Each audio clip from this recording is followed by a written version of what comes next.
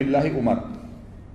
Umatku yang paling mengasihi umatku yang lain, dari umatku yang paling mengasihi umatku secara global adalah Abu Bakar, dan yang paling tegas dalam menerima dan menerapkan agama Allah adalah Umar.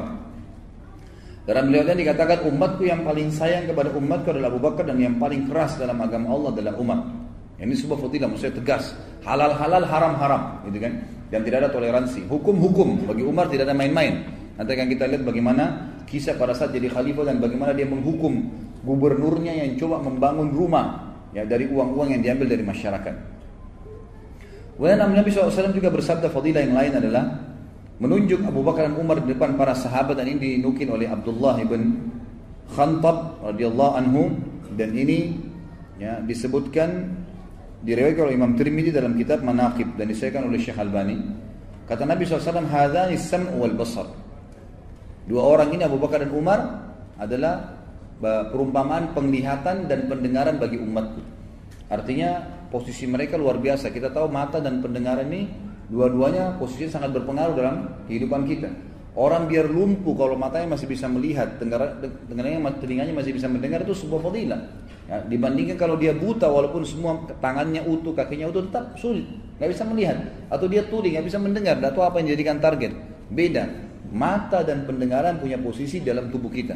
Maka Nabi SAW menunjuk Abu Bakar Umar sambil berkata, ini keduanya adalah perumpamaan penglihatan dan pendengaran bagi umatku. Nabi SAW juga pernah bersabda di dalam hadis yang lain riwayat Tirmidzi juga, saya tidak tahu, kata Nabi SAW, berapa lama lagi saya hidup di antara kalian. Kalau saya meninggal tiba-tiba, maka jadikanlah dua orang ini sebagai tauladan setelahku. Teladani dua orang ini. Lalu beliau menunjuk kepada Abu Bakar dan Umar. Ini berarti fadilah-fadilah yang tersembunyi atau yang tersirat maksud saya dari Nabi SAW. Nabi SAW juga menyampaikan berita gembira fadilah kepada Umar bahwa dia penghuni surga. Sebagaimana hadis yang masyhur yang kita sudah tahu sama-sama tentunya, ini hadis riwayat Tirmidzi.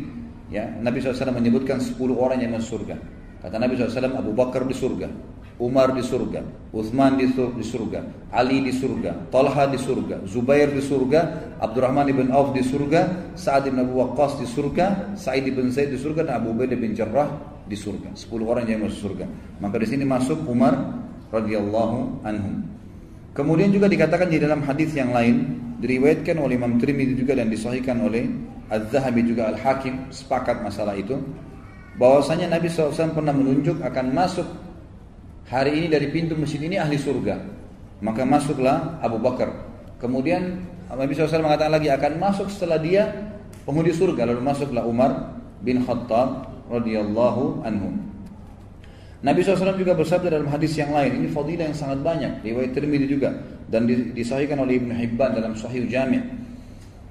Kata Nabi SAW, aku diperlihatkan masuk ke dalam surga, dan aku melihat sebuah istana yang dihiasi dengan emas. Maka aku berkata kepada Jibril, milik siapa istana ini?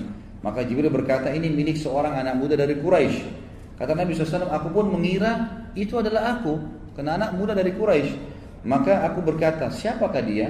Jibril berkata, Umar bin Khattab. Ini berarti fadilah Umar. Umar sudah memiliki surga sementara dia masih hidup di dunia. Kemudian dalam hadis yang lain, kata Nabi SAW, sementara saya lagi tidur, dan ini hadis diriwayatkan oleh Imam Muslim, sementara saya tidur, Imam Bukhari dan Imam Muslim, maka diperlihatkan kepada saya surga. Lalu saya melihat seorang wanita sedang berwudu di samping istana itu, lagi berwudu. Maka saya berkata, milik siapa istana ini? Kepada Jibril. Jibril berkata, milik Umar. Maka aku pun segera mengalihkan pandangan mataku karena aku khawatir, karena aku mengingat cemburunya Umar. Jadi Umar sangat cemburu, besar sekali cemburuannya terhadap keluarganya, istrinya. Allah memang perintahkan untuk jaga gitu. Maka saya pun mengalihkan pandangan saya. Waktu Umar dengar, Umar pun menangis sambil berkata, ya Rasulullah, apakah layak saya bercemburu dengan anda atau merasa cemburu dengan anda? Ya, jadi ini juga sebuah fadilah. Umar bin Khattab punya iman yang tidak terhitung, saudaraku. Keyakinannya kepada Allah Subhanahu wa taala. Dan ini dikatakan oleh Nabi SAW dalam banyak hadis. Di antaranya Abdullah bin Hisham berkata, ia berkata, kami bersama Nabi SAW sedang menggandeng tangan Umar. Umar berkata kepada Nabi SAW, wahai Rasulullah, sungguh engkau lebih aku cintai dari apapun kecuali diriku sendiri. Kata Nabi SAW, demi zat yang di ubun-ubunku di tangannya, tidak bisa hai Umar sampai engkau mencintai aku melebihi dirimu sendiri. Artinya sampai semua yang aku perintahkan walaupun kau tidak senang, kau terima. Maka Umar bin Khattab pada saat itu sekejap langsung mengatakan, sekarang ya Rasulullah, aku mencintai anda melebihi ya diriku sendiri. Maka Nabi SAW mengatakan, sekarang wahai Umar. Kemudian dalam hadis yang lain, Umar bin Khattab, ini kedudukan masalah imannya Umar ya, bagaimana Umar dengan imannya. Umar bin Khattab pernah berkata, ya, ini sebagian ahli hadis mengatakan pada saat di atas mimbar, ada yang lain mengatakan pada saat di majelisnya. Dia berkata, man qalla haya'uhu qalla wara'uhu, wa man qalla wara'uhu mata qalbuh. Ini ya, disebutkan di dalam kitab Makarimul Akhlaq punyanya Ibnu Abi Dunya ya, dengan sanad yang sahih. Dikatakan siapa yang sedikit rasa malunya, kata Umar, sedikit pula kebersihan hatinya. Dan siapa yang sedikit kebersihan hatinya, niscaya hatinya akan mati. Niscaya hatinya akan mati. Jadi bagaimana Umar bin Khattab selalu menjaga hatinya dalam keimanan, supaya memang terjaga dengan amal soleh, jadi tidak rusak. Kemudian dalam hadis yang atau riwayat yang lain, Umar bin Khattab berkata, man istahya istaghfa, wa man istaghfa ittaqa, wa man ittaqa wuqiya. Barang siapa yang merasa malu dengan Allah SWT, dia akan bersembunyi ya, atau menyembunyikan amalnya. Barang siapa yang bersembunyi, menyembunyikan amal solehnya, dia akan bertakwa, pasti dia akan patuh pada Allah. Dan barang siapa yang bertakwa, dia pasti akan dilindungi oleh Allah Subhanahu wa ta'ala.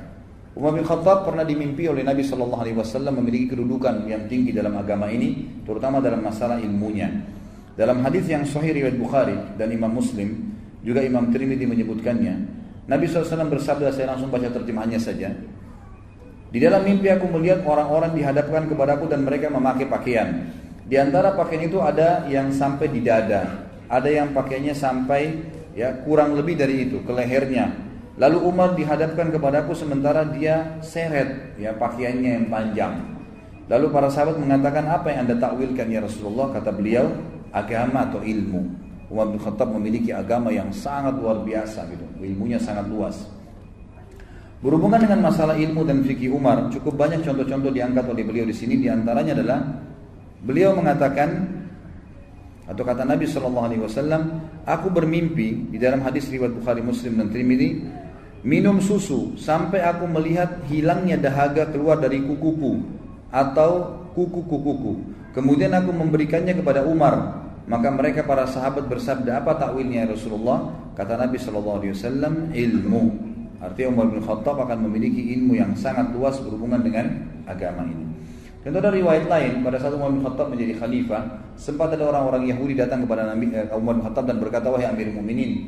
Ya, orang Yahudi berkata, kalau ada satu ayat dalam kitab kalian, Al-Quran, kalau turun pada kami orang Yahudi, pasti kami jadikan hari turunnya itu hari raya.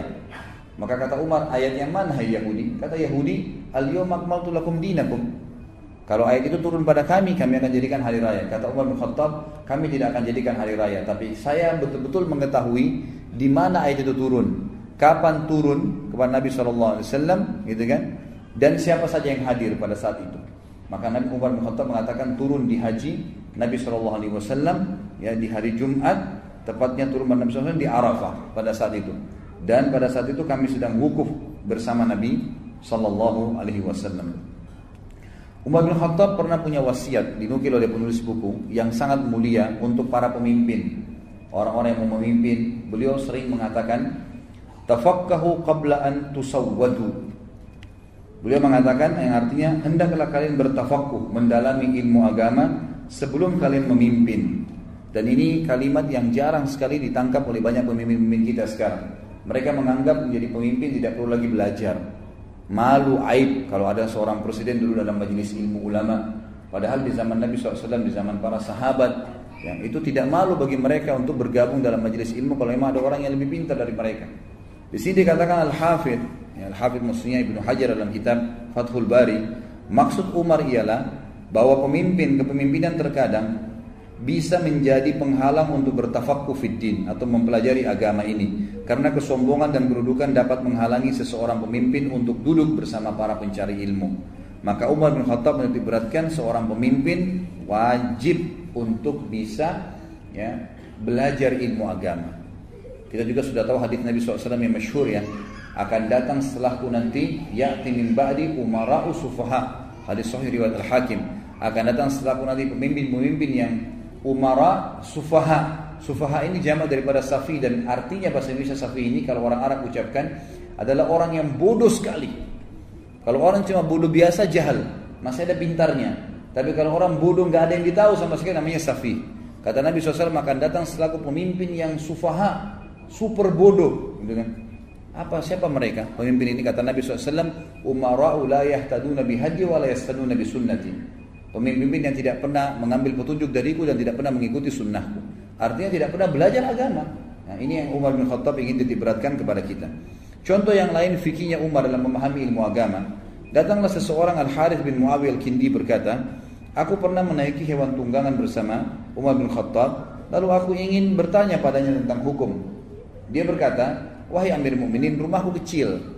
Kalau aku sholat, istriku selalu ada di sebelahku.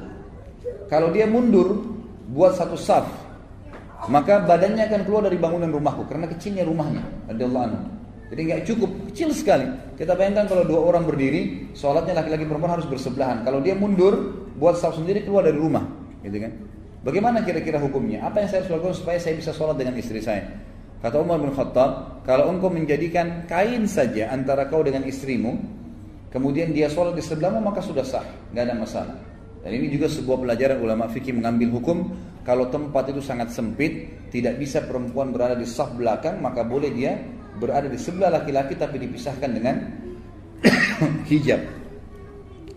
Kemudian juga dinukil dalam kisah yang lain, Abdurrahman bin Abdul Qari rahimahullah, seorang ulama tabi'in berkata, ini kisah tentang sholat tarawih Dikatakan tentu ini riwayat-riwayat semua ada footnote-nya kalau yang pegang bukunya Kalau yang belum memiliki buku bisa didapatkan di depan. Maka dia berkata, di zaman Umar bin Khattab jadi khalifah, di masjid Nabi terpencarlah orang sholat di malam Ramadan. Ada yang sholat berjamaah, ada yang sholat sendiri. Maka Umar bin Khattab pun keluar dan berkata, menurutku seandainya aku mengumpulkan mereka di belakang satu imam, niscaya ini hal yang lebih baik. Dan ini tentunya diriwayatkan oleh Imam Bukhari dalam kitab As-Sahih. Kemudian Umar bertekad untuk mengumpulkan mereka di belakang Ubay bin Ka'ab, sahabat Nabi yang paling pintar bacaannya waktu itu Al-Quran. Kemudian aku pun keluar di malam yang lain sementara orang-orang sholat di belakang imam mereka. Umar berkata, sebaik-baik bid'ah adalah ini, dan orang-orang yang tidur tidak ikut sholat pada saat itu tetapi menundanya hingga akhir malam lebih baik daripada dia ikut sholat. Maksudnya adalah orang yang sholat di akhir malam lebih baik daripada awal malam. Hadis ini sebagaimana saya katakan diriwayatkan Imam Bukhari. Dan sedikit saya ingin diberatkan, banyak orang yang melakukan perbuatan bid'ah sekarang, mereka mengambil dari perkataan Umar bin Khattab ini. Mereka mengatakan, Umar sendiri bilang ni'ma bid'ah hadhihi, sebaik-baik bid'ah yang ini, gitu kan? Padahal di sini ulama hadis mengatakan Umar bin Khattab adalah orang yang paling tegas dengan masalah bid'ah. Dan beliau di sini mengucapkan kata-kata bid'ah. Sebaik-baik bid'ah ini adalah perbuatan yang saya lakukan ini memang sholat berjamaah tidak dilakukan oleh Nabi SAW sampai akhir Ramadan, gitu kan? Tapi Nabi SAW pernah berjamaah dengan para sahabatnya. Maka beliau mengatakan kalau ini dianggap bid'ah, maka ini sebaik-baik bid'ah, gitu kan? Padahal sebenarnya itu bukan bid'ah yang beliau maksudkan, karena beliau bukan mengarang-arang. Makanya di sini dinukil oleh Al-Hafidh Ibnu Hajar dalam Sahih Bukhari, beliau mengatakan Ibnu Tin dan selainnya berkata, Umar mengambil kesimpulan demikian dari persetujuan Nabi SAW terhadap orang-orang yang bermakmum kepada beliau untuk beberapa malam. Sekalipun Nabi SAW tidak menyukai hal itu untuk mereka, namun hal itu karena kekhawatiran beliau terhadap diwajibkannya sholat malam atas mereka. Ketika Nabi SAW sudah wafat, kekhawatiran itu tidak terwujud. Maka pada saat Umar bin Khattab memilih hal itu karena perbedaan menyebabkan perpecahan kalimat, maka Umar bin Khattab pun melakukannya bukan perbuatan baru, tapi perbuatan yang pernah dilakukan oleh Nabi SAW sebelumnya. Jadi ini bukan bid'ah, dan ulama sepakat mengatakan orang kalau faham bahasa Arab, maka yang dimaksud dengan nikmah bid'ah adalah bid'ah secara etimologi, secara bahasa. Artinya perbuatan baru yang sekarang dikerjakan tapi memang sudah ada dasarnya dari Nabi SAW. Bukan tidak ada dasarnya, ada dasarnya. Kalau bid'ah yang mungkar, yang dilarang adalah bid'ah yang tidak pernah Nabi SAW contohkan sama sekali. Kita lihat juga beberapa pindah ke subjudul yang lain. Tentu di sini ada beberapa poin tentang pujian sahabat kepada Umar bin Khattab, tidak saya sebutkan dulu karena cukup panjang bahasan kita nanti. Pendapat-pendapat Umar yang sesuai dengan firman Allah. Jadi ada ayat Al-Quran yang turun sesuai dengan firman Allah Subhanahu wa taala. Ini sudah saya simpulkan, ada kurang lebih 1, 2, 3, 4, 5 ayat yang disebutkan yang berhubungan dengan perkataan Umar bin Khattab, lalu turun ayat. Yang pertama tentang sholat di belakang makam Ibrahim. Jadi pernah Umar bin Khattab berkata, ya Rasulullah, coba seandainya Anda perintahkan kami untuk sholat di belakang makam Ibrahim setelah tawaf, maka Allah turunkan Al-Quran surah Al-Baqarah urutan 2 ayat 125 yang bunyinya wattakhidhu min maqami Ibrahim musalla, gitu kan. Allah turunkan ayat ini karena Umar bin Khattab yang mengatakan kepada Nabi SAW, ya Rasulullah, coba Anda jadikan sholat di belakang makam Ibrahim. Kemudian yang kedua ayat tentang hijab, ya, jilbab, hijab, ya. Ini pernah berkata, wahai Rasulullah, seandainya engkau memerintahkan istri-istrimu untuk berhijab, karena yang berbicara dengan mereka itu adalah orang baik dan orang fajir, maka turunlah ayat hijab. Dan yang hijab turunnya Al-Ahzab urutan 33 ayat 53 tentang Allah SWT menyuruh Nabi kita Muhammad SAW meletakkan hijab antara sahabat-sahabat yang bertanya kepada istri-istri, ya, Nabi SAW dengan istri-istri beliau sendiri. Jadi disuruh ditaruh hijab di antara mereka. Kemudian yang ketiga adalah at-talaq, ya, perceraian, masalah perceraian untuk istri-istri Nabi SAW disebutkan dalam surat Tahrim urutan 66 ayat 5. Ini turun juga karena perkataan Umar bin Khattab. Jadi Umar bin Khattab pernah berkata kepada istri-istri Nabi pada saat lagi berkumpul karena cemburu dengan beliau, gitu kan.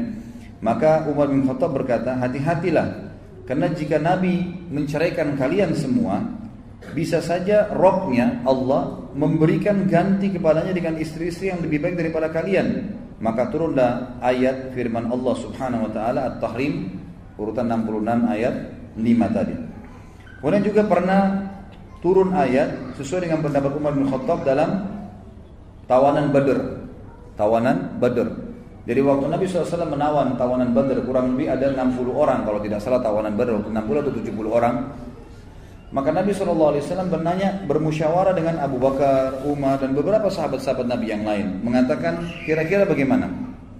Apa pendapat kalian? Gitu kan? Maka berkatalah Abu Bakar, ya Rasulullah, mereka keluarga kita, sepupu dan kerabat kita, maafkan aja, baru kita mengambil dari mereka tebusan. Lalu pada saat itu Nabi SAW beralih ke Umar sambil berkata, wahai Umar, bagaimana pendapatmu? Kata Umar, demi Allah saya tidak sependapat dengan Abu Bakar, ya Rasulullah. Saya berpendapat agar Anda menyuruh kami memenggal leher mereka semua. 60 orang itu bunuh semua, ya Rasulullah. Anda datangkan kepada Ali, Aqil ini sepupunya, saudaranya Ali yang belum masuk Islam. Suruh Ali tebas lehernya. Datangkan kerabat terdekat saya, suruh saya tebas lehernya, ya Rasulullah. Datangkan kerabat terdekatnya Abu Bakar, suruh tebas lehernya. Nabi SAW mengatakan, kenapa harus dibunuh tawanan-tawanan Badar? Kata Umar, ya Rasulullah, mereka adalah pejuang-pejuang kafir. Mereka keluar dari Mekah memang untuk menyerang Islam. Ini bukan tawanan biasa, tawanan perang. Dan mereka ini baru pertama kali menghadapi peperangan dengan kaum muslimin. Perlu kita masukkan rasa takut dalam hati mereka, dan Allah tidak melarang kita membunuh orang kafir yang berperang. Maka waktu itu Nabi SAW lebih cenderung dengan pendapatnya Umar, pendapatnya Abu Bakar untuk memaafkan dan mengambil tebusan. Keesokan paginya, ini terjadi malam-malam nih, habis sholat isya musyawarah. Menjelang subuh, Umar bin Khattab bercerita, dia bilang, saya datang ke masjid, lalu saya temukan Nabi SAW dengan Abu Bakar lagi nangis. Lalu saya berkata, apa yang membuat kalian berdua menangis? Ceritakan kepada saya supaya saya bisa ikut menangis, gitu kan? Karena ini nggak mungkin Nabi sama Abu Bakar nangis kecuali masalah penting, gitu kan? Lalu Nabi SAW mengatakan kalimat yang masyhur. Kalau yang pegang buku bisa dilihat di paragraf terakhir di halaman 221. Kalimat yang luar biasa nih, di mana Nabi SAW mengatakan, aku menangis karena menerima tebusan dari tawanan yang diusulkan oleh kawan-kawanmu. Azab telah Allah perlihatkan, ditampakkan kepadaku lebih dekat daripada pohon ini. Ditunjuk sebuah pohon. Rasulullah SAW menunjuk sebuah pohon, dan Allah SWT menurunkan, maka dari nabiin an yakuna lahu asra hatta yudkhina fil ard. Tidaklah pantas bagi seorang nabi mempunyai tawanan. Tidak perlu ada tawanan, tidak perlu ada tebusan. Artinya mereka boleh dibunuh sebelum dia menumbuhkan musuhnya di muka bumi. Sebelum Mekah takluk, maka tawanannya boleh dihukum mati. Sampai firman Allah SWT, fakulu mimma ghanimtum halalan thayyibah, dan makanlah dari sebagian harta rampasan perang yang telah kalian peroleh dengan cara yang baik. Sebagaimana dijelaskan surah Al-Anfal ayat 67 sampai 69. Umar bin Khattab berkata, ketika Abdullah bin Ubay, ini kejadian yang lain nih, ya, sebab atau ayat turun yang lain berhubungan dengan Umar bin Khattab, turun ayat dengan pendapatnya, mensolati munafik. Jadi tadi kasus tawanan Badar sudah selesai ya, tidak jadi Nabi SAW membunuh mereka karena memang sudah terlanjur ada keputusan. Tapi Nabi SAW sempat diperlihatkan azab karena malah ya tidak membunuh tawanan Badr tadi. Maka di sini berarti pendapat Umar yang disetujui oleh Allah Subhanahu Wa Taala walaupun tidak direalisasikan karena memang sudah terlanjur diputuskan oleh Nabi SAW. Kemudian yang selanjutnya adalah kejadian tentang dilarangnya sholat di belakang jenazah atau mensolati jenazah munafikin. Ini terjadi waktu ya, Abdullah ibn Ubaidillah bin Salul mati, pimpinan orang munafik di Madinah. Nabi SAW karena sayangnya dengan umatnya tetap mensolatinya. Pada saat disolati oleh Nabi SAW, Umar bin Khattab bilang, saya nggak tahu kenapa tiba-tiba saya datang lalu mengatakan kepada Rasulullah, ya Rasulullah, ini munafik, jangan disolatin. Kata Nabi SAW, wahai Umar, lalu sambil menghalang jalannya Nabi ini, Umar bin Khattab jalan, jangan ya Rasulullah. Ya, Umar bin Khattab pun nanti setelah ini mengatakan, saya tidak tahu kenapa saya lakukan itu. Lalu Nabi SAW mengatakan, Umar, minggirlah dari jalanku, biarkan saya sholatin dia, karena Allah Tuhanku memberikan pilihan, kau beristighfar untuk mereka atau tidak istighfar, maka saya mau beristighfar walaupun sampai 70 kali, gitu kan. Lalu Umar bin Khattab mengatakan, ya Rasulullah, jangan. Dalam beberapa riwayat dikatakan Umar bin Khattab sempat memegang pundak Nabi SAW sambil mengatakan, ya Rasulullah, munafik, tinggalin, jangan sholatin, gitu kan. Lalu Nabi SAW ternyata sholatin. Nah, merasa kesian dengan Abdullah bin Ubay bin Salul, ini pimpinan munafikin. Lalu setelah itu turun firman Allah Subhanahu Wa Taala yang disebutkan di dalam surah At-Taubah ayat 84. Yang bunyinya, a'udzubillahi minasyaitonir rajim, wala tusalli ala ahadin minhum mata abada. Setelah hari ini jangan pernah kau sholatin lagi orang munafik dari mereka, wahai Muhammad. Ternyata Umar bin Khattab berkata, saya terus terang tidak tahu kenapa waktu itu saya begitu berani dengan Nabi SAW sampai menahannya. Ya, ternyata apa yang aku sampaikan sesuai dengan apa yang Allah atau Tuhanku inginkan, yang Tuhanku inginkan. Juga ada beberapa ulama yang menambahkan tentang ayat hijab, jilbab. Itu juga turun karena Umar bin Khattab. Ayat tentang pengharaman khamr turun juga karena Umar bin Khattab. Jadi pernah Umar bin Khattab melihat beberapa sahabat waktu turun firman Allah Subhanahu Wa Taala, a'udzu billahi minasyaitonir rajim, ya ayyuhalladzina amanu la taqrabus salata wa antum sukara hatta ta'lamu ma taquluna wala junuban illa abiri sabilin hatta tagtasilu. Al-ayat. Kurang lebih terjemahnya begini, hai orang yang beriman, jangan kalian sholat sementara kalian mabuk, gitu kan, sampai kalian tahu apa yang kalian ucapkan, dan jangan juga orang-orang yang junub sampai dia mandi, ya, kalau dia mau sholat atau dia mau ibadah. Maka pada saat itu, ikhwan dan akhwat sekalian, Umar bin Khattab merasa terganggu karena ada sahabat yang sholat sambil mabuk, nggak tahu apa yang diucapin, gitu kan. Kadang-kadang juga ada yang mabuk kemudian duduk sebentar depan masjid, sadarin dirinya kemudian baru masuk masjid sholat. Maka Umar bin Khattab berkata, ya Allah, haramkan minuman ini buat kami, haramkan, ya. Maka Allah SWT turunkan surah Al-Ma'idah ayat 90 sampai 91. Tentu ini tidak ditulis dalam buku ini, ya. Ini saya tambahkan. Jadi itu juga disebutkan oleh para ulama bahwasanya turun Al-Maidah ayat 90-91 tentang masalah pengharaman khamar. Sungguhnya khamar, judi, mengundi nasib dengan dengan anak panah adalah perbuatan syaitan. Jauhilah, tinggalkanlah. Apakah kalian akan meninggalkannya? Apakah kalian berhenti? Fahal antum muntahun? Hal antum muntahun? Apakah kalian akan berhenti? Maka semua sahabat mengatakan intahina. Kami berhenti. Maka di situ dikeluarkan juga hadis Bukhari, semua sahabat akhirnya memecahkan kendi-kendi khamar mereka sehingga membuat seluruh jalan Madinah penuh dengan khamar dan baju-baju mereka pun terkena khamar, lalu mereka sholat tanpa mencucinya. Dari hadis ini juga dikeluarkan sebuah hukum bahwasanya alkohol sifatnya najisnya maknawi, secara makna, nggak najis total gitu ya. Cuma najis zatnya tapi tidak najis, tidak menajiskan gitu kan. Sama dengan kotoran hewan yang dimakan dagingnya. Pada saat keinjak kotoran ayam, disebutkan dalam hadis Bukhari tidak membatalkan. Hewan yang dimakan dagingnya, dia najis secara maknawi, secara makna, enggak menajiskan. Najis zatnya tapi tidak menajiskan. Dicuci bisa sholat, gitu kan. Dan ini juga sebagaimana khamr, sama alkohol. Karena para sahabat pecahin kendinya, kena baju mereka, mereka sholat tidak membersihkannya. Yang hukum lain adalah kalau dia meminumnya, bukan kasusnya adalah karena memabukkan, ya, bukan karena masalah najis secara maknawinya itu. Dan ini diambil juga dari kisah ini. Dan ulama mengatakan subhanallah, ini pelajaran imaniyah ya. Selama orang sholat di belakang makam Ibrahim, Umar bin Khattab panen pahalanya karena dia penyebabnya. Selama perempuan pakai hijab, jilbab, maka semua pahalanya diambil oleh Umar bin Khattab karena Umar yang menyebab, berdoa sama Allah. Selama ya istri-istri Nabi waktu itu tidak jadi diceraikan oleh Allah oleh Nabi SAW karena Allah yang perintahkan, Umar bin Khattab mendapatkan pahalanya. Selama waktu itu ya tawanan Badar berhasil lolos dan ada di antara tawanan nanti masuk Islam, Umar bin Khattab mendapatkan pahalanya. Dan selama orang munafik tidak pernah disolatin, ya, tidak pernah disolatin, maka Umar bin Khattab dapat pahalanya. Dan juga selama ya tadi yang terakhir yang saya sampaikan, selama khamr diharamkan dan tidak ada yang minum, maka Umar bin Khattab memanen pahalanya karena justru dia berdoa kepada Allah Subhanahu wa taala. Nah, ini sebuah hal yang positif juga ya. Kita dianjurkan kalau melihat sebuah kemungkaran tidak bisa memungkiri dengan lisan atau belum bisa, minimal kita mendoakan, ya Allah berikanlah hidayah penduduk Jakarta ini, berikanlah hidayah penduduk kota ini, ya Allah berikanlah hidayah keluarga saya. Satu waktu Allah berikan hidayah, kita dapat pahalanya. Dan itu yang Umar bin Khattab lakukan radhiyallahu anhu, walaupun beliau lengkapkan dengan penyampaian, berdoa sambil disampaikan kepada Nabi SAW agar Nabi SAW meminta kepada Allah Subhanahu wa taala. Dan kata para ulama, karena Umar bin Khattab ini betul-betul memegangi sebuah prinsip dasar. Ini yang benar, maka ini dia patuhi. Semua hidupnya adalah wahyu, nggak ada yang lain. Maka itu sebab utama kenapa dalam hadis dikatakan syaitan lari daripada Umar bin Khattab. Dan ini disebutkan dalam riwayat yang sahih. Ini riwayat banyak, cukup riwayat, diriwayatkan Imam Bukhari, diriwayatkan juga oleh Imam Bukhari menyebutkan, disebut dengan di sini.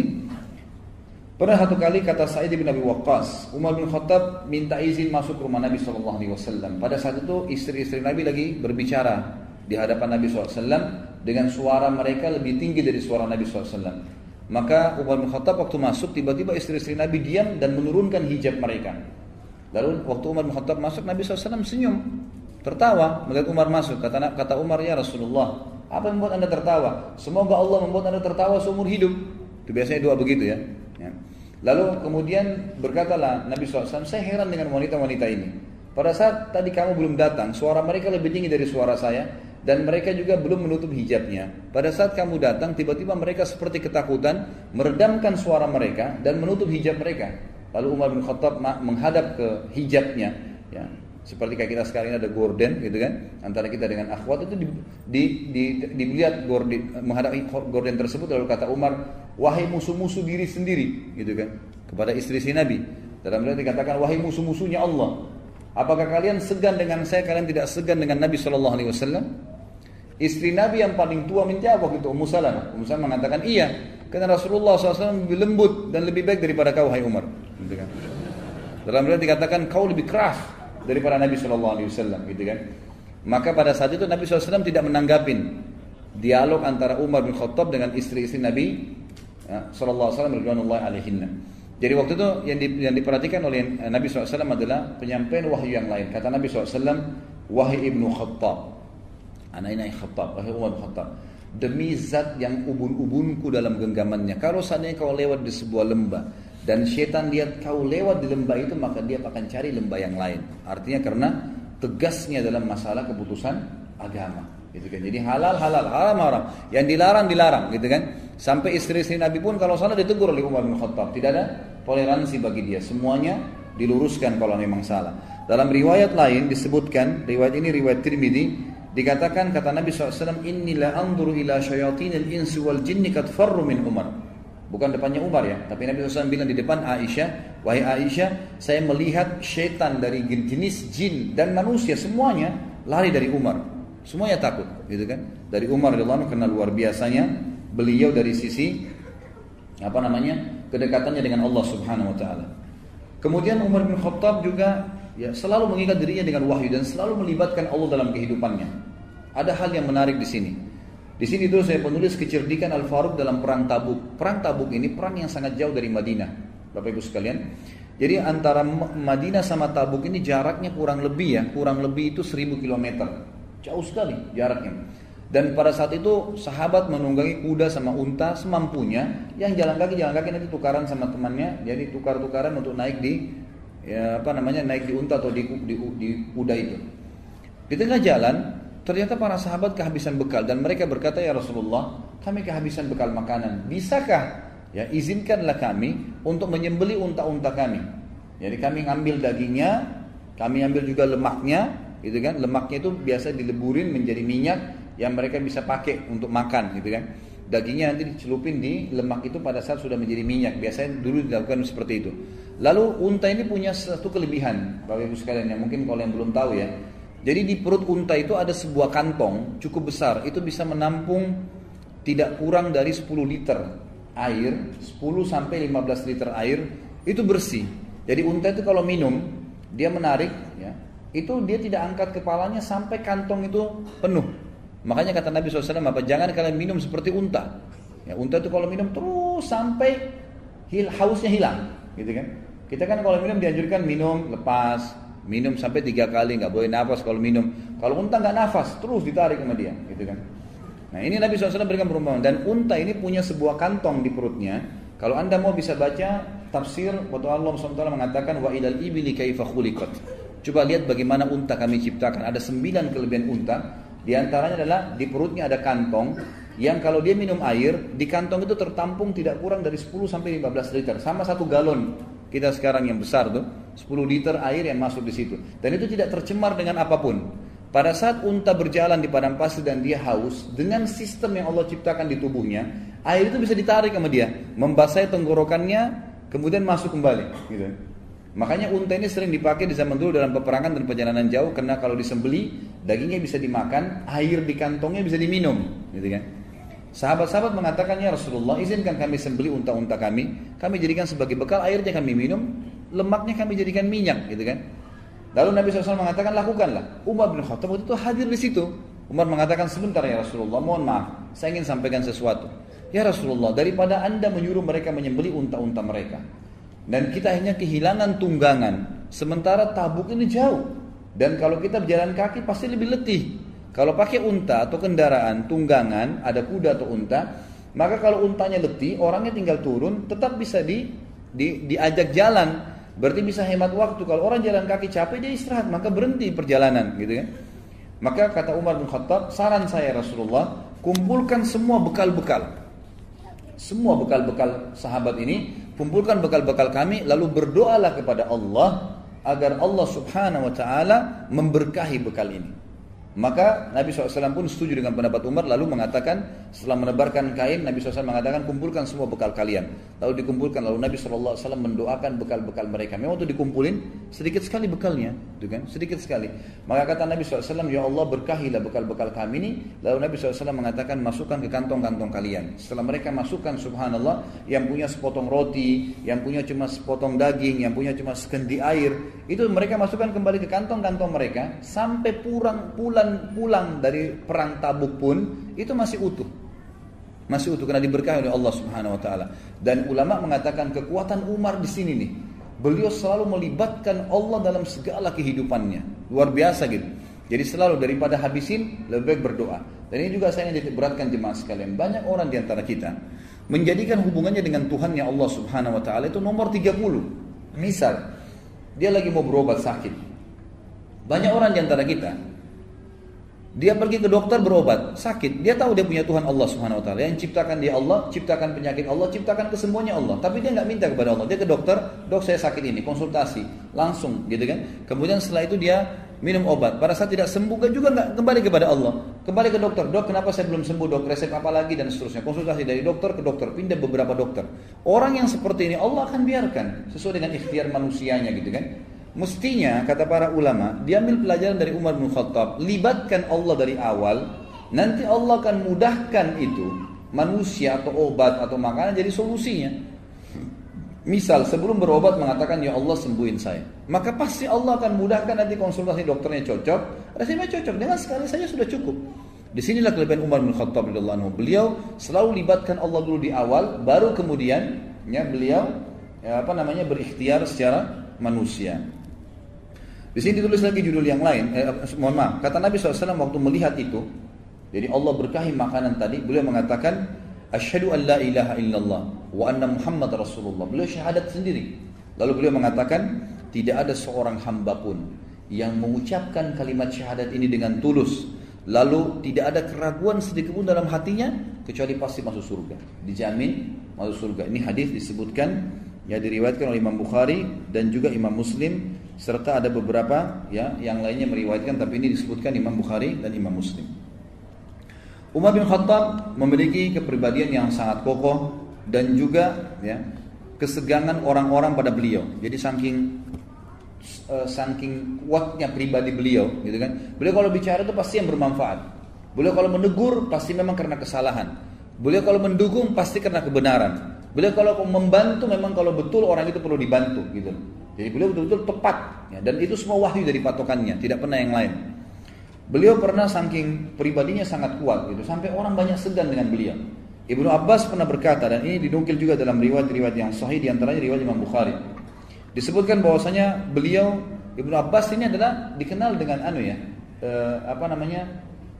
ulamanya sahabat, karena Nabi SAW pernah mendoakan Ibnu Abbas, gitu kan, mengatakan hibr hadil ummah, maksudnya lautannya umat ini. Mau tanya apapun Ibnu Abbas tahu. Tapi Ibnu Abbas ini bilang, pernah saya punya semua permasalahan, saya tidak tahu, belum tahu pasti. Dan waktu itu Umar jadi khalifah, ingin bertanya sama Umar tapi segan. Sampai satu waktu saya dalam perjalanan bersama Umar lalu berkata, wahai Amir Mu'minin, saya ingin bertanya sesuatu tapi saya segan dengan anda. Bisakah saya bertanya? Kata Umar, silahkan. Gitu kan? Kata Ibnu Abbas, siapakah dua istri Nabi yang sempat membuat Nabi gundah, ya, dalam satu keadaan sampai akhirnya Nabi hampir menceraikan mereka? Kata Umar bin Khattab, Hafsah dan Aisyah. Hafsah ini anaknya beliau, gitu kan?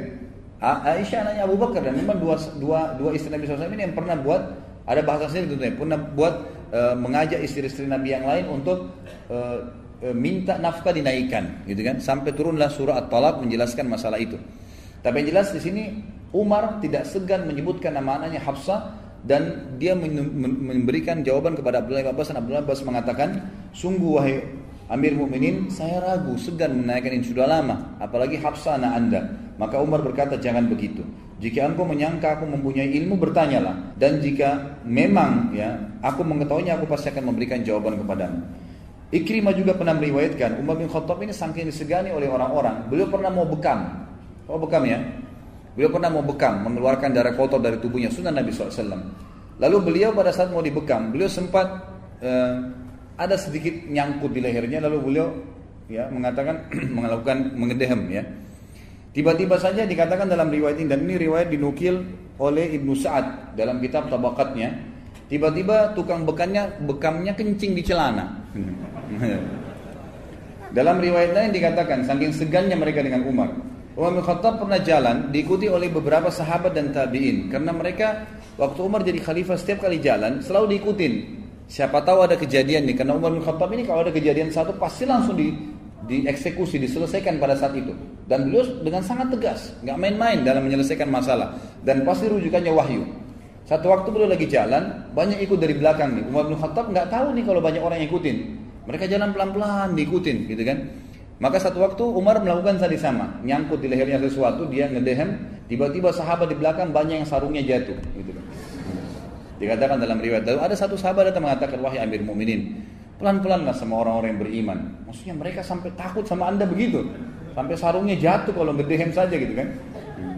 Maka kata Umar bin Khattab, apakah mereka takut waktu melihat saya karena Allah? Maksudnya karena melihat saya patuh sama Allah? Sahabat ini bilang, iya Amir Mu'minin. Kata Umar, biar mereka takut.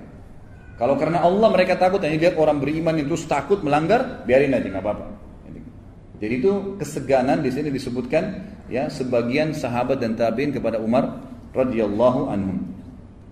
Umar bin Khattab juga ini Allah SWT berikan firasa. Kalau ikhwan dan akhwat belum pernah dengar, ada istilah dalam agama kita, firasatul mu'min. Kata Nabi SAW dalam riwayat Bukhari, firasatul mu'min itu benar, ya. Jadi kalau antum terus dekatkan diri kepada Allah Subhanahu wa taala, nanti Allah munculkan kepekaan-kepekaan, firasa-firasa ya yang kita datangkan, yang kita rasakan. Misal ada orang mau buat buruk, kita merasa, gitu kan? Ada kadang-kadang dikuatkan dengan mimpi. Ya seseorang, kata Nabi SAW, mimpi yang benar itu adalah salah satu dari cabang kemujizatan kenabian bagi orang beriman ya. Maka ini ada terjadi.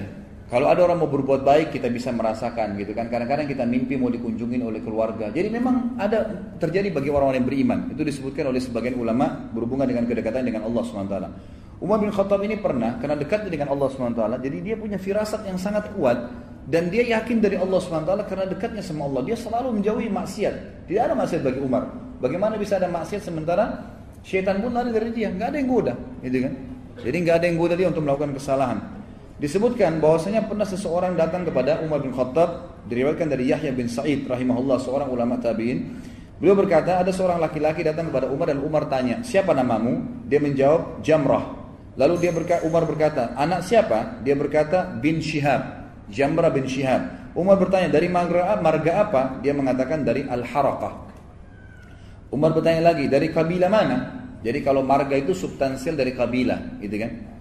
Maka dari marga mana dikatakan dari Al-Harakah, dari kabilah mana dia mengatakan dari Bani Diham, dari Bani Diram. Umar berkata, di mana tempat tinggalmu? Dia mengatakan Harrah. Lalu Umar berkata, di sebelah mana? Dia mengatakan Zatul Lazzah. Ya. Lalu Umar berkata, selamatkan keluargamu karena desamu lagi kebakaran. Lalu orang itu pun pulang dan dia menemukan seperti apa yang dikatakan oleh Umar bin Khattab radhiyallahu anhu. Jadi seperti itu. Sampai pada tingkat dia feelingnya dia itu sampai menunjukkan sesuatu yang benar terjadi.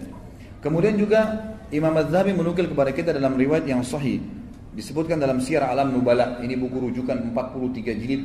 Semuanya berhubungan dengan biografi para orang-orang soleh dulu. Ada seseorang, kalau ikhwan dan akhwat pernah dengar, namanya Al-Aswad Al-Unsi. Ini dulu bersamaan dengan Musailam Al-Kadzab. Dua orang yang bersamaan di akhir hidup Nabi SAW mengaku sebagai Nabi.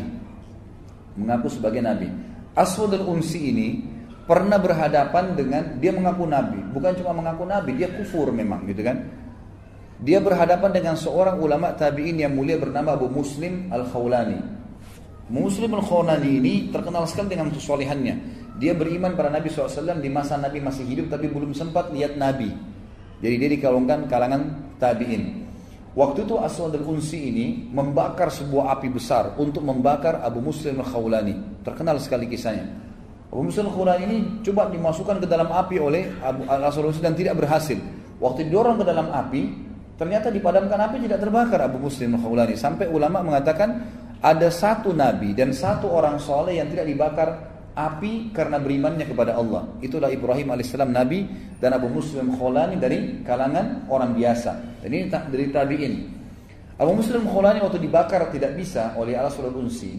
Penasehatnya bilang, penasehat Aswad Al-Unsi ini, kalau kau tidak keluarkan Abu Muslim dari Yaman, waktu itu di Yaman ya, maka dia akan merusak pengikutmu. Maka Al-Aswad Al-Unsi mengatakan, saya mengaku kalah hai Abu Muslim, tapi keluarlah dari negeriku, dari Yaman. Al-Aswad Al-Unsi menuju ke Madinah. Waktu itu kebetulan baru saja Nabi SAW meninggal. Abu Muslim Al-Khawlani ini niatnya ingin bertemu dengan Nabi SAW, mau menjadi sahabat gitu kan. Pas tiba di Madinah, ternyata baru saja dimakamkan Nabi SAW, baru selesai mati, berarti tidak sempat ketemu dengan Nabi SAW. Waktu dia sholat di masjid, Umar bin Khattab melihat dia. Dan kisahnya Abu Muslim Al-Khawlani sudah sampai ke Madinah nih. Ada seorang yang beriman dibakar oleh Al-Aswad Al-Unsi, tidak terbakar, gitu kan? Terkenal, tapi orang tidak ada foto, nggak ada yang kenal pada saat itu. Abu Muslim Al-Khawlani datang mengikat untanya di Masjid Nabawi, langsung masuk sholat. Ya, begitu dia sholat, sebelum dia tanya tentang Nabi SAW, Umar bin Khattab memandang dia lalu berkata, mungkin ini orangnya dari Yaman. Padahal ini kejadian baru terjadi di Yaman. Lalu Umar pun mendekati sambil berkata, siapa anda ini? Kata dia, Abu Muslim ya, Al-Khawlani. Kata dia, bagaimana? Ya, dari mana anda? Dia bilang dari Yaman. Bagaimana ceritanya tentang seorang hamba Allah yang saleh yang tidak jadi dibakar oleh seorang pendusta, Al-Aswad Al-Unsi? Kata orang itu, dia baik saja, dia selamat dari api. Langsung kata Umar, saya bertanya atas nama Allah, kaukah dia orangnya? Maka dia mengatakan, iya. Maka Umar pun menangis memeluknya sambil membawa tangan Abu Muslim Khawlani kepada Abu Bakar dan berkata, wahai Amir Mu'minin, Abu Bakar sudah jadi khalifah. Wahai Mu'minin, inilah orang yang telah Allah selamatkan setelah Khalil Ibrahim. Setelah kekasih Allah Ibrahim selamat dari api, inilah orang yang tidak jadi dibakar oleh api. Maka Abu Bakar pun menangis memeluknya, selalu mereka berpelukan sambil ngobrol dan menceritakan tentang matinya Nabi SAW. Lalu kata Umar bin Khattab, segala puji bagi Allah yang telah mempertemukan saya kepada seseorang yang telah Allah selamatkan dari api sebagaimana Allah menyelamatkan Ibrahim alaihissalam. Dan ini dinukil dalam Syiar Alam Nubala tadi. Dari sisi ibadahnya Umar bin Khattab, Umar bin Khattab ini melakukan ibadah dengan kekuatan. Maksudnya apa? Azan, apapun halangannya, sholat, nggak ada urusan dia. Apapun perintah dari Allah Subhanahu Wa Taala, kekuatan dia gunakan. Artinya dirinya pun dia bangkitkan semangat dengan kekuatan. Jadi tidak ada keraguan masuk dalam hatinya, karena luar biasa keyakinannya tentang kebenaran gitu. Ini dinukil dari Abu Qatadah radhiyallahu anhu bahwasanya Rasulullah SAW berkata kepada Abu Bakar, kapan engkau melakukan sholat witir? Kata Abu Bakar, di awal malam. Abu Bakar selalu tradisinya melakukan witir ini setelah sholat isya, habis ba'da isya sholat witir, gitu kan? Lalu Nabi SAW bertanya kepada Umar, kapan engkau kerjakan witir? Kata Umar, di akhir malam, sebelum subuh. Maka beliau berkata tentang Abu Bakar kepada Abu Qatadah, orang ini, Abu Bakar, mengambil agama dengan kehati-hatian. Dan ditunjuk kepada Umar, orang ini mengambil agama dengan kekuatan. Artinya, tengah malam, mau mengantuk, mau enggak, Allah perintahin, saya harus bangun. Begitu Umar bin Khattab membangun prinsip. Jadi enggak ada sama sekali yang bisa menghalangi beliau dalam agama Allah ini. Semua dibangun dengan kekuatan walaupun dengan diri beliau sendiri. Dan ini disebutkan oleh Abu Dawud dan disahihkan oleh Syekh Albani. Kemudian juga dalam kisah yang lain, Umar bin Khattab selalu membangunkan istrinya atau anak-anaknya juga dalam sholat malam. Dan beliau selalu sholat di malam hari.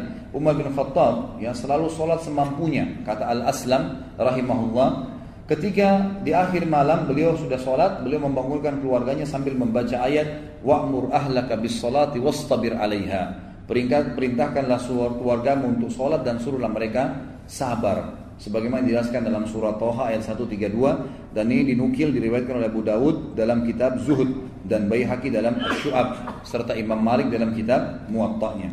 Juga dikatakan ini dari sisi ibadah, kita bicara masalah ibadahnya Umar sekarang ya. Kata Ziyad bin Hudayr, seorang ulama tabi'in juga rahimahullah berkata, aku melihat orang yang paling banyak puasanya dan yang paling banyak menggunakan siwak adalah Umar bin Khattab. Ya, kadang-kadang subhanallah kita anggap remeh nih. Jadi sunnah-sunnah Nabi pun yang kecil, subhanallah itu bisa atau tidak ditinggalkan oleh orang-orang yang beriman. Ya. Siwak ini kita kadang-kadang anggap remeh, tidak mau dipakai. Padahal sebenarnya itu sunnah Nabi SAW. Cuma fahami cara menggunakannya. Memang kita dianjurkan. Sekarang Jakarta juga kan banyak dijual ya. Usahakan beli, dipakai. Jadi kalau habis dipakai 2-3 kali digunting, dipakai lagi yang masih baru. Ya, jangan dipakai yang itu terus 1 bulan, gitu kan? Nah itu memang kotor, kelihatannya jorok. Padahal sebenarnya bukan begitu caranya. Dan Nabi SAW sampai mau meninggal dunia pun pada saat beliau sudah akan sakarat, gitu kan? Aisyah berkata, aku menyandarkan Nabi SAW di dadaku dan wajahnya sudah pucat. Lalu masuklah adikku, saudaraku Abdurrahman bin Abi Bakar, sedang memegang siwak. Maka Nabi SAW memberikan isyarat seakan-akan menginginkan siwak itu. Maka aku pun mengambil dan melunakkannya untuk beliau. Kemudian beliau menggunakan pada saat sebelum wafat. Nabi SAW paling gemar dengan siwak. Bahkan ada sebuah kisah, saya sedikit keluar dari kisah ini. Ada pasukan muslimin, ya, tapi ini saya juga tidak teringat sekarang di zaman siapa ya, khalifah siapa. Tapi jelas di zaman kerajaan Abbasiyah. Sebelum pasukan itu menyerang sebuah wilayah Romawi waktu itu, ya, di wilayah Bizantium, maka pimpinan perang berkata, kita bersiwak dulu. Habis sholat subuh, mereka nunggu sampai awal terbit matahari, waktu syuruk, kemudian mereka panglimanya mengatakan, kita sekarang bersiwak. Semua bersiwak, baru kita menyerang, menjalankan sunnah Nabi SAW, gitu kan? Jadi bukan berarti orang jihad kemudian tidak membersihkan giginya. Subhanallah, ini kisah nyata. Tanpa kaum muslimin sadari, ternyata di tengah-tengah pasukan muslimin waktu itu ada mata-matanya, ya, kerajaan Bizantium lagi melihat orang-orang Islam pakai siwak. Lalu dia mengatakan, lagi ngapain orang-orang ini kira-kira? Gitu kan? Kan gelap, masih subuh ya. Ini kok mereka makan kayu, gitu kan? Ini kisah nyata. Lalu pulanglah mata-mata ini kepada Raja Bizantium waktu itu, dan wilayah itu takluk pada pagi itu ya, di tangan kaum muslimin. Dia balik dan mengatakan, kayaknya kita nggak bisa kalahin umat Islam deh, kayu aja dimakan gitu kan. Padahal sebenarnya bukan makan kayu, lagi pakai siwak gitu kan. Itu sedikit berhubungan dengan masalah siwak tadi. Juga disebutkan Ibnu Umar berkata, Umar tidak meninggalkan dunia kecuali dia sangat banyak berpuasa. Dan Utsman bin Abi As juga berkata, Utsman bin Abi As ini menikahi salah satu dari istri Umar bin Khattab radhiyallahu anhu. Umar bin Khattab berpoligami, ya. Kemudian salah satu istri Umar bin Khattab, waktu itu tidak disebutkan namanya, tapi dinikahi oleh Utsman bin Abi As. Dan dia berkata, Utsman bin Abi As ini seorang sahabat yang mulia juga gitu kan. Dia mengatakan, aku tidak menikahi istri Umar ini untuk mengharapkan keturunan atau bahkan menikahi karena seorang wanita, mungkin karena syahwat. Tapi aku menikahi karena aku ingin mengetahui tentang malamnya Umar. Dan riwayat ini bersambung, di buku ini tidak disebutkan. Teman-teman kalau lihat ini di halaman 229 footnote nomor 89, saya sedang bahas itu ya. Maka riwayatnya berlanjut begini. Lalu dia bilang, istrinya Umar pun menceritakan kepada saya, Umar bin Khattab itu kalau mau tidur, kata Utsman bin Abi As radhiyallahu anhu majma'in, kalau dia tidur di samping ranjangnya, di tempat tidurnya, dia meletakkan seember air yang dekat dengan tangannya. Jadi pada saat dia tidur, kemudian tangannya kesentuh air, dia bangun sholat, udah tidak tidur lagi sampai pagi. Begitu terus, itu salah satu yang dinukir kepada kita. Ibnu Katsir juga menyebutkan tentang malamnya Umar bin Khattab, dia mengerjakan sholat isya bersama orang-orang, lalu pulang dan mengerjakan sholat malam sampai fajar. Ya, sampai fajar. Jadi beliau Umar bin Khattab ini cirinya tidur pada saat ngantuk saja. Jadi malam itu jarang sekali tidur. Siang pun itu jarang juga tidur. Beliau kadang-kadang kalau ngantuk sekali baru tidur. Sampai dikatakan waktu ditanya kenapa anda lakukan ini, Umar bin Khattab mengatakan, kalau aku tidur di siang hari, aku akan menghilangkan kesempatan untuk mengurus ya rakyatku waktu jadi khalifah ya. Kemudian kalau aku tidur malam hari, aku menghilangkan urusan aku berkomunikasi dengan Tuhanku. Jadi luar biasa. Dia tidur kapan dia ngantuk saja, gitu kan? Umar bin Khattab memberikan banyak pelajaran kepada kita dari sisi agama. Di antaranya adalah statement yang masyhur dari Umar bin Khattab agar orang-orang tidak kembali menyembah berhala. Disebutkan dalam hadis Bukhari dan juga Muslim, juga Imam Ahmad, Abu Dawud dan Tirmidzi. Juga selainnya menyebutkan dalam riwayat sahih ini bahwasanya Umar bin Khattab pernah berdiri di depan Hajar Aswad lalu dengan tegas menekankan kalimat, mengatakan suaranya keras. Umar bin Khattab jahur, keras sekali. Dalam beberapa riwayat dikatakan Umar bin Khattab tinggi besar, sampai kalau duduk di atas kuda kakinya sampai di tanah, gitu kan. Lalu beliau berkata kepada Hajar Aswad, berdiri di musim haji pada saat itu, kemudian teriak dengan suara keras mengatakan, inni la'alamu annaka hajar. Saya sungguh betul-betul tahu kau adalah batu saja. La tadur wa la tanfa. Kau tidak bisa memberikan manfaat dan tidak bisa menyusahkanku. Atau terbalik ya, tidak bisa menyusahkanku dan tidak bisa memberikan manfaat kepadaku. Walaula anni ra'aitu Rasulullah sallallahu alaihi wasallam yukabbiduka ma qabbaltuka. Kalau bukan karena saya melihat Nabi SAW menciummu, saya tidak akan menciummu. Sebagian ulama menanggapi, di antaranya Nafi', seorang ulama tabi'in, bekas budaknya Abdullah bin Umar radhiyallahu anhu, seorang ulama tabi'in masyhur. Dia mengatakan pada saat itu ya, orang-orang banyak mendatangi pohon yang digunakan untuk membaiat Nabi SAW di Baiatir Ridwan ya. Itu di perang Hunain ya. Pada saat peperangan dulu pasukan muslimin sempat berpencar. Kemudian datanglah Nabi SAW berdiri di bawah sebuah pohon, kemudian dibaiat pada saat itu. Ada juga yang mengatakan yang maksudnya adalah baiat pada saat baiat Nabi SAW ya, baiat ya di Mekah gitu kan. Tapi intinya ini adalah sebuah baiat pohon yang pernah Nabi SAW berdiri, kemudian disitulah ya orang-orang berkumpul pada saat itu. Lalu orang-orang banyak mendatangi tempat tersebut dan mereka sholat di sana. Maka sampai berita kepada Umar, maka Umar menyuruh agar menebang pohon tersebut. Ditebang, karena memang itu bukan berarti harus dijadikan sunnah, kecuali Nabi SAW memerintahkannya. Dan ini sudah sering saya titik beratkan. Anda kalau pergi umrah, pergi haji, ingat Gua Hira itu adalah gua yang Nabi SAW datangin hanya sebelum diturunkannya wahyu. Setelah turun wahyu Iqra bismi rabbikal ladzi khalaq yang pertama, sampai Nabi SAW meninggal, enggak pernah beliau datang lagi di Gua Hira. Enggak pernah datang di Gua Hira. Enggak pernah beliau khusus memerintahkan para sahabat datang. Sayangnya, jemaah haji dan jemaah umrah kita memaksakan diri ke sana. Bahkan yang paling ramai itu jemaah dari Asia, Indonesia, dan yang paling ramai juga adalah dari Pakistan. Dua ini rame-rame naik gunung, gitu kan? Ada yang jatuh sampai jatuh, ada yang meninggal. Padahal itu tidak perlu. Ada yang sholat di situ. Subhanallah. Ini yang Umar bin Khattab titik beratkan nih. Jangan semua bekas yang Nabi SAW pernah di situ, kemudian kita tiba-tiba langsung melakukan sholat atau ibadah. Ini salah. Saya pernah hadapin sendiri jemaah sekalian waktu lagi musim haji. Selesai sa'i, subhanallah, pas habis tahallul kepala, itu kan habis syukur rambut, di sebelah pintu Marwah itu ada perpustakaan. Di situ dulu, sekarang sudah dibongkar ya. Itu dulu tanahnya bekas rumahnya Nabi SAW yang Aminah melahirkan Nabi SAW di situ. Maka dikenal dengan rumah lahirnya Nabi SAW. Sama kerajaan selalu dibangun perpustakaan buku gitu kan. Sekarang sudah dibongkar.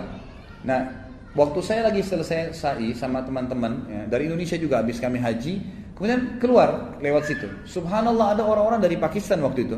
Mohon maaf teman-teman yang dari Pakistan, bukan niat untuk menyalahkan, tapi waktu itu kebetulan gitu kan. Dari teman-teman dari Pakistan waktu itu lagi sholat, Ka'bah di sebelah kanan mereka. Mereka sholat menghadap ke perpustakaan itu, gitu kan. Lalu saya datang, saya bongkarin. Saya bahasa Arab, saya mengatakan, maaf nggak bisa nih dalam bahasa Arab, nggak bisa, ini kiblat di sana kok, sholatnya di sini, ini bukan kiblat, gitu kan. Mereka nggak mau, gitu kan. Lalu kemudian saya ambil kain ihram saya tepuk-tepukin, gitu kan. Minimal ikutin cara Umar lah, gitu kan. Umar bin Khattab itu biasa bawa tongkat malah, gitu kan, dipukulin. Lalu saya pada saat gebukin, mungkin dia pikir saya ini pengurus kali, bubar akhirnya nggak jadi. Tapi sholatnya menghadap rumah itu, bayangkan kejahilannya, gitu kan. Nah tidak, bukan semua bekas yang Nabi SAW pernah ada di situ kemudian dijadikan tempat ibadah. Itu nggak boleh.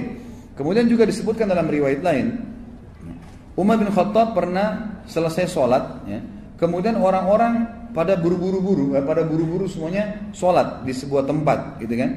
Di sebuah tempat. Lalu berkatalah Umar bin Khattab, kenapa mereka? Ya, kenapa mereka keluar dan sholat lagi di sana? Kata orang-orang, sebagian sahabat bilang, itu dulu pernah Nabi sholat di situ waktu masih di Mekah. Maka para sahabat ingin mengerjakan sholat di situ. Kata Umar, janganlah kalian sholat di situ kecuali bertepatan memang waktu sholat dan ada masjid. Tapi secara khusus tidak boleh. Maka Umar pun radhiyallahu anhu menjelaskan masalah itu kalau tidak boleh orang masuk di situ atau mengerjakan sembarangan ibadah tadi. Kemudian juga Umar bin Khattab adalah orang yang sangat dermawan dan murah hati. Jadi bukan cuma Abu Bakar yang suka bersedekah, Umar pun suka bersedekah, dan banyak sekali ya dinukil dalam kisah-kisah tentang pengorbanan beliau radhiyallahu anhu. Di antaranya adalah hadis yang diriwayatkan oleh Imam Abu Daud bahwasanya Nabi SAW pernah memanggil untuk jihad, sedekah. Lalu Umar berkata, hari ini saya akan melakukan sedekah yang mengalahkan Abu Bakar. Karena selama ini Abu Bakar belum pernah saya kalahkan.